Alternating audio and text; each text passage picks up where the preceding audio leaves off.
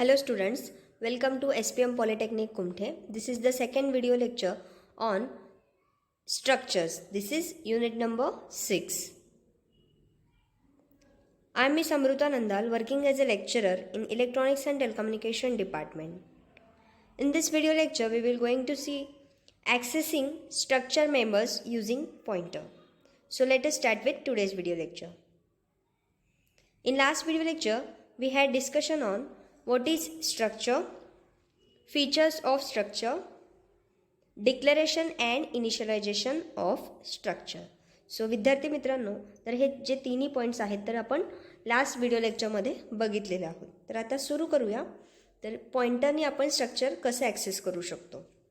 तर आपल्याला माहिती आहे आपण पॉइंटर्स ऑलरेडी पॉइंटर्स ह्या युनिटमध्ये बघितलेलं आहे.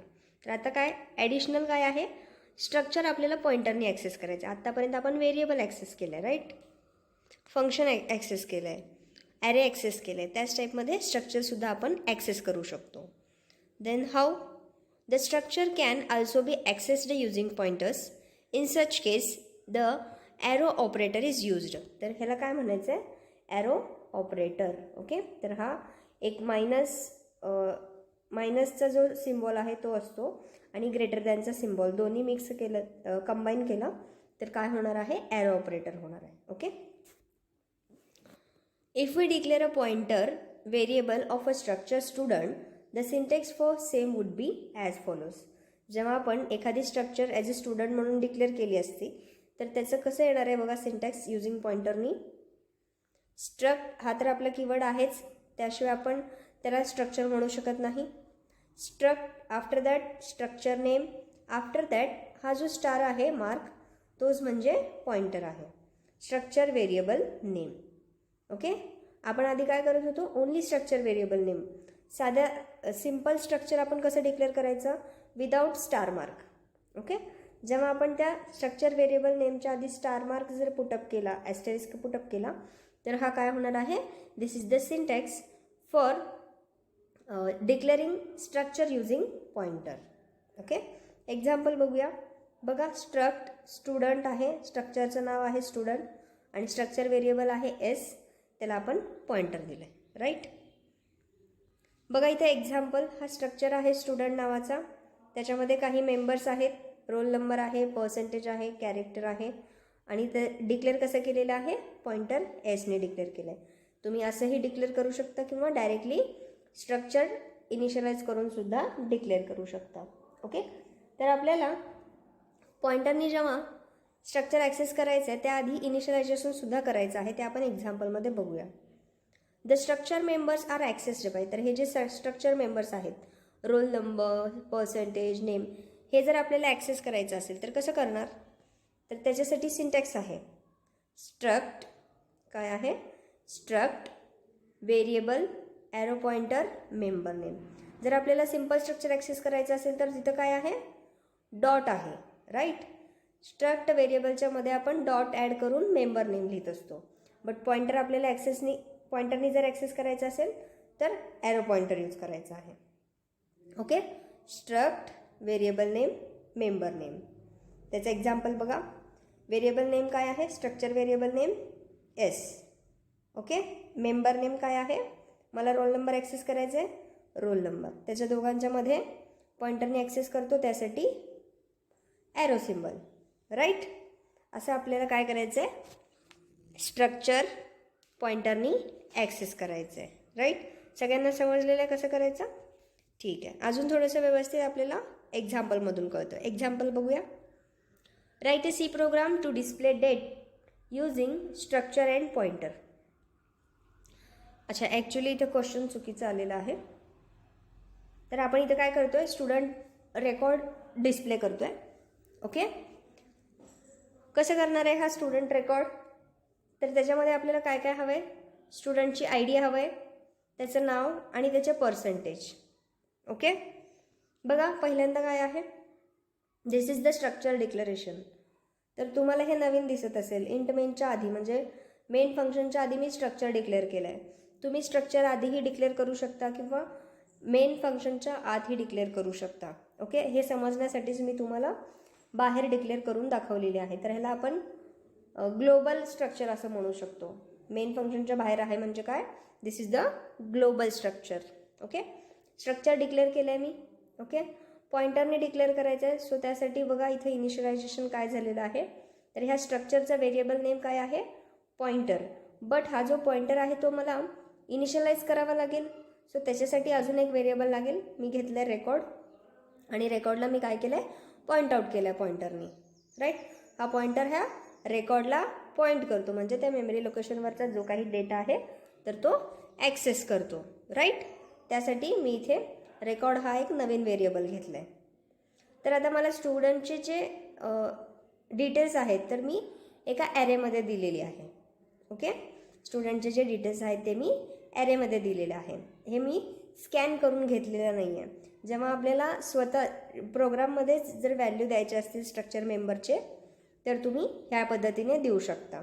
काय करायचं आहे, स्ट्रक्ट स्टुडंट आणि structure name, structure variable name, आणि त्याच्यापुढे ब्रॅकेटमध्ये कर्ली ब्रॅकेटच्या आतमध्ये तुम्हाला मेंबरचे डिटेल्स द्यायचे. तुम्ही इथं जे सिक्वेन्स यूज करता त्याच टाईपमध्ये इथं द्या, नाहीतर डेटा इंटरचेंज होऊ शकतो. ओके, आता आय डी किती आहे, 1 आहे.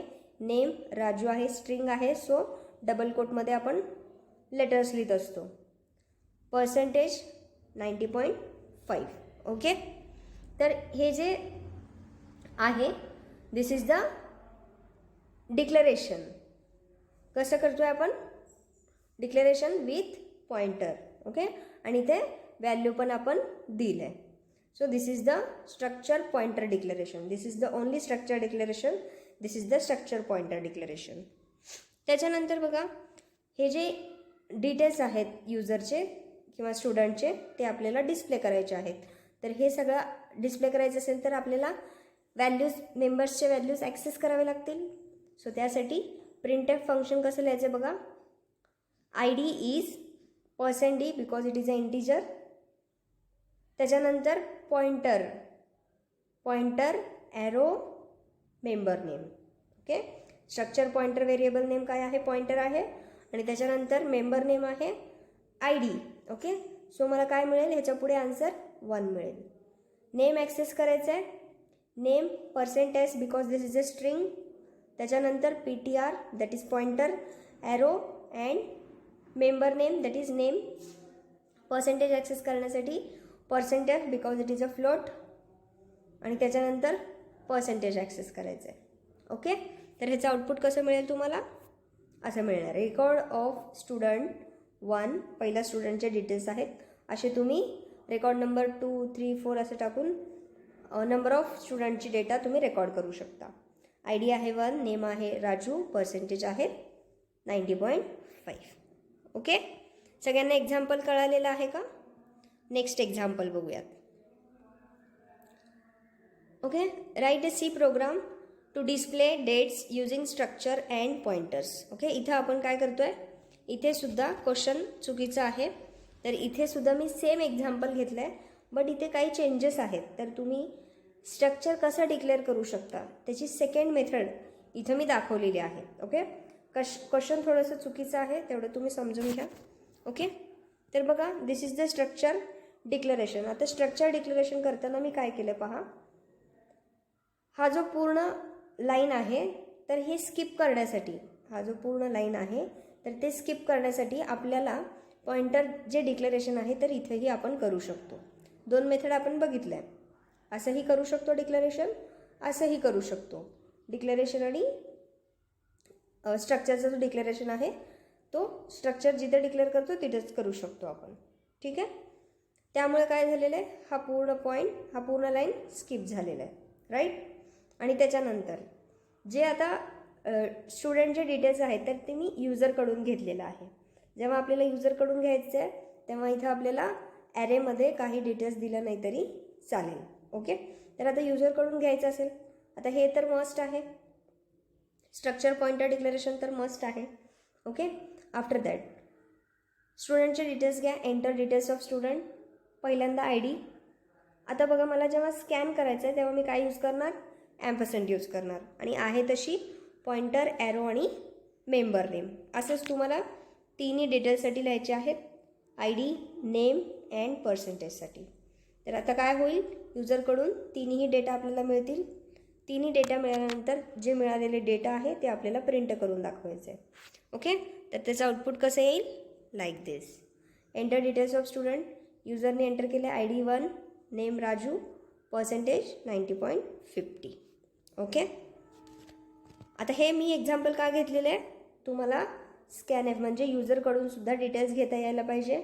आणि स्ट्रक्चरचा जो डिक्लेरेशन आहे तर तो हा पॉईंट स्किप करून कसं करता येईल, त्याचे 2 मेथड्स तुम्हाला इथून शिकायला मिळतील.